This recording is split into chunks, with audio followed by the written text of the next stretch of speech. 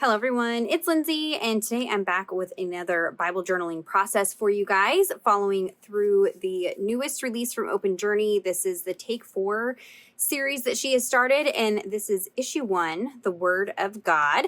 Now, I would encourage you guys to check out the unboxing, check out last week's video. I will have those linked down below for you guys. The kits, the physical kits did sell out. However, I did just see today Ingrid say that she was going to try to make up some new kits to restock. So there will be a restock of issue 1. If you cannot wait, there are still digital options. She sells just the booklets if you want to just grab the booklet and some digital items. So there's also all of the add-ons like the stamp set and ephemera and washi tapes and things like that. So you can kind of build your own kit as well. So I didn't want to delay getting this out. I wanted to get it out there, and then that way you guys can have this as a resource and inspiration, and then you can kind of decide how you want to shop the kit if you want to join in with us. So this is going to be, today's video is going through the, I guess, second week. So we have week 1, we did Hebrews 4:12 through 13. I will have that video linked down below. There are some study notes for that video as well, linked below that video. That is where you'll find all my study notes going forward. They will not be linked anywhere else. Because I'm just pulling information from other resources, I want to be, I probably have already stepped over the line as far as what I can share, copyright wise, but just trying not to be careful to not have that just out and everywhere. So to get my study notes that I've compiled, which aren't technically my notes, they're other people's notes, you'll have to check out the links below the description video or the process videos for those particular verses. So I hope that makes sense. But anyways, we are going into week 2 of this study, and this week is going to be on John 1:1 through 5. The translation I use, I didn't look to see how, so it is a little bit different than the translation. So I use the NASB 95 translation. It says, "In the beginning was the Word, and the Word was with God, and the Word was God. He was in the beginning with God. All things came into being through him, and apart from him, not even one thing came into being that has come into being. In him was life, and the life was the light of mankind, and the light shines in the darkness, and the darkness did not grasp it." So big chunk of scripture there, 5 verses. When you read through that, it goes, pretty quick, seems pretty basic, but as my notes show, we have, 14 pages, I believe, this week. 15, one line on 15 pages worth of notes for you guys. So this resource will be linked down below for you guys. Just so you know, this is separate from the Open Journey devotional. This, what I did for you guys, and I mentioned this last week's video, is basically just all the process that I do in my own study. I recorded that in a document, a PDF that you guys could then download, print, have for your resources. So a variety of different things that I go to, websites that I use, and study notes and things like that as I go through studying scripture. And I just pulled all those together and put it together for you. So when you access this PDF, a few of the different things you'll notice for this week for John 1 through 5, starting with gotquestions.org. Now, anywhere where it is a bold purple is a hyperlink. So it is going to draw attention to verses and different things like that. But anywhere where it's bold and purple, that is a hyperlink. So there's additional information if you access the PDF on a computer or tablet or something, phone, something like that. There is even more here. So here where it says gotquestions.org, if you actually tap, click, whatever on that, it will take you to the front page where I found these particular articles that I pulled over for you guys. So if you wanted to see additional articles for these 5 verses, we are looking at some things like, what does it mean that the Word was with God? So Got Questions breaks that down. Again, anywhere that you see this, oftentimes these will either be links to actually read the verse, or as far as gotquestions.org goes, some of these are links to additional articles. So there may be another article about Psalm 33:6 within this article. What does it mean that the Word was with God? So lots and lots of information here. I also pulled over the article, what does it mean that the light shines in the darkness? Now that I'm thinking about it, I am going to go ahead and add hyperlink and bibliography just so we kind of cover our bases. But I can always go in and update these PDFs, and they'll just ever change. You guys just, your link will stay the same. Let me say that. Anyways, the other article, what does it mean that the light shines in the darkness? So really, really good article here talking about that. I mean, that this is one of those ones where you kind of just read surface level of the verse, but then there's like the deeper level of the verse, and that's what that article is going to take you through. What does it mean that God is light? So a lot of this references back to 1 John chapter 1 as well, which is also written by the John that is writing John chapter 1 here. So really interesting to see the connection between those two books and themes that, you know, kind of go between those two books. Another article that we have here is, what does it mean that in him was life and the life was the light of men? So really great. And these little articles, you know, obviously are not very long. And again, remember, everywhere where it's bold purple, those are either links to read the verse or links to additional articles about that verse that's being indicated there. This let your light shine, if it's like a phrase like that, usually it's another article. So in addition to those gotquestions.org articles, I also have my MacArthur Study Bible. That's a physical Bible that I take to church with me to have it through sermons, take notes in there. But there is study notes in that Bible. And so I've just brought those study notes over to this for you.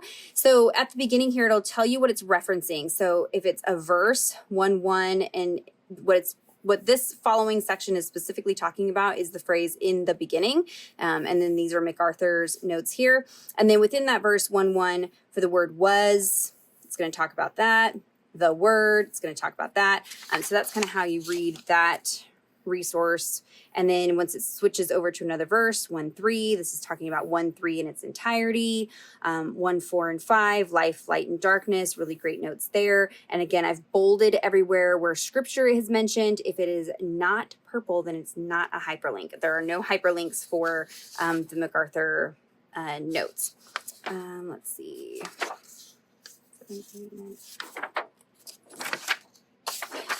Trying to keep these all organized. Okay, so then we have the David Guzik commentary. So I get this from the Blue Letter Bible app, but there's lots of other places that you can find that. And so looking at Guzik's commentary, he had quite a bit, but I just went ahead and pulled a little bit about that first part in John 1:1. But then I do make note that there will be more commentary from David Guzik in my word study for this week. The word study for this week is on the word and specifically looking at John 1:1. So I really go heavier into John 1:1 in the word study notes. And so those will be available under the Word Study Wednesday video for the word that will be releasing on June 5th. If you're watching this at a different time. So carrying on anywhere where it's just, I guess this is bold purple. Must be, I'll need to go look at this again. I may have misspoke because now I'm looking at this and this is not a hyperlink here. The commentaries don't typically have hyperlinks for them. So this is just highlighting the portion of the scripture that he is commentating on. And then I pulled over cross-references from Bible Hub. So you've got cross-references for verse 1, verse 2, 3, 4, and 5. So you've got all of those. If there were any doubled up verses, there often were between the verses. I just deleted those so that they were just there the one time for you guys. But there is quite a lot of overlap in the cross references.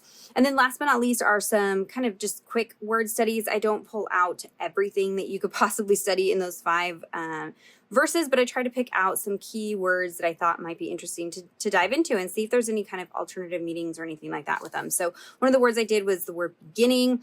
This is using the Vine's dictionary definitions for these words. So we've got the word, the Strong's Concordance number, the word written in Greek or Hebrew, depending on what it is, and then just kind of the English, written out version of that. And then here's your Vine's definition. So we've got the word beginning, the word life, the word light, darkness. Yes. So quite a bit there for you guys, quite a bit for the word light as I'm looking at that. So just a few additional word studies that you may want to take a look at. So those are the study notes that I have compiled for you guys. Again, this is not, stuff coming out of my own brain. This is stuff that I am compiling from a variety of different resources, and I try to give them credit where, credit is due. So you can find that PDF linked down below for you guys. But I'm going to jump in and let you guys study on your own, and we're going to talk about the art process here. So I'm continuing to work in this little mixed media journal. I think I was able to find it and link it down in the description box. I found it in Hobby Lobby. I couldn't find it really anywhere else online other than Hobby Lobby for this particular one. I do like this one. I like the thickness of the paper. You can see on this day I stamped with Festive Berries Distress Oxide ink and got it wet. Like there was quite a bit of water puddled on this page, and there's only a little bit of ghosting of color. Typically red is going to be one of the most likely to bleed through, I found from my experience. And so this gives me, you know, an indication of the quality of paper that's in here. The idea is that you can cover, you know, this a DIY cover. So you could stamp on it, paint on it, wrap it, do all kinds of different things. So that'll be linked down below. So I've just been doing these fun kind of mixed media spreads where I have room to just journal out a prayer or some notes, things like that. So I'm going to be working on a double page spread again for today, for day, I guess week 2 of this devotional. I pulled out a variety of things. I have one of the stickers from the kit. So this one did come in the kit, and I've just kind of cut it down. I used my ruler as a kind of straight edge leveraging point and then just tore it to get kind of rough edges. So I've got that. This is one of the clear stickers in the kit, so I went ahead and pre-cut that out. This was just the end of that opaque sticker from the kit. This was the topper from the ephemera bag. So I pulled out a couple pieces of the ephemera, and this was the bag that I just tore apart. So that's going to kind of go like that. This is another one of the clear stickers. So that's going to complete my phrase there. I pulled one of the tickets, and I did use a hole punch. This one is kind of an investment, but I pick it up pretty regularly. It has 5 different size holes that it punches, and it's pretty like industrious. And so I used the 1/8 inch and just kind of did a little half punch to give the ticket texture on that card. Have some of the sticker add-ons. So this was in the add-ons that come in the envelope, and they're circle stickers. So I just cut one of them out so I'd remember which one I wanted to use. Let's see. I know I pulled a few stamps. I think I'm going to do some stamping. These are some older mixed media stamps from Open Journey. If they're still available, those will be linked down below. I'm going to use those for my backgrounds. I also pulled out one of the washi tapes. This is one of the new ones, Word of God. So I'm going to use a little bit of that on there. I did pull this out. I don't think I'll end up using these, but I wanted to mention them because if you're really loving the birds that are on here, and I may add them in here. There's this large bird that's on the new Word stamp set, but then there were these 2 on this stamp set. If this one's still available, I will link that down below. I pulled out this stamp set. This is a Tim Holtz stamp, documented CMS 226. There is this typewriter one here. There is all of these typed letters here. So I just thought maybe I'm just kind of creating some like texture in the background of this page. And then I realized the last couple of pages that I had done, I did not indicate like what week it went with. Like there was nowhere on there that it said the verse or the week. And so I'm going to spell out 2, and I use this Sizzix typewriter texture fade from Tim Holtz, and I use that with some gray cardstock. So I embossed some gray cardstock, and then I cut out the letters that I needed to spell it out and made little individual typewriter keys, and we'll, you know, do some things to those to kind of, you know, make them more interesting. So that is the different things I'm going to be using. So let me go ahead. We'll put you guys on fast forward, and we will put together this 2-page layout for John 1:1 through 5. All right, so we're going to start with the background. I'm not going to do anything super, super crazy, just some stamping. So I'm pulling out one of those mixed media stamps. Now, I've removed the flower from the stamp, but I'm leaving everything else on the backer sheet and just using the backer sheet as a stamp block. I don't want like perfect stamping. This is just to add texture. I am stamping with some Wild Honey Distress Oxide ink. And then I'm going to pull out one of the stamps from that Tim Holtz set, this set of letters, typed letters, and I'm going to use some Hickory Smoke Distress Oxide ink to stamp this down. And again, I'm not wanting to like see it perfectly. I'm just kind of tapping it and rocking it and getting ghost prints just to kind of add a little something onto this page so it's not just a big blank page, right? So now we can start kind of working on this left-hand side and gluing things down. When I glue down this glassine piece, again, that's from that ephemera bag, I just added glue behind the word and the stitching, and then I'm using a little bit of washi tape and the other end of that sticker to, reinforce and hold that word piece down. And then using a ephemera flower from that little set. And then I'm kind of messing around trying to figure out where I want these letters. I will have to go back and add something to the previous spread to indicate day one, or week one, I guess, week one, not day. But before I glue down those letters, I am going to do a little something to them to bring out the texture. So I'm choosing to use some black soot distress paint.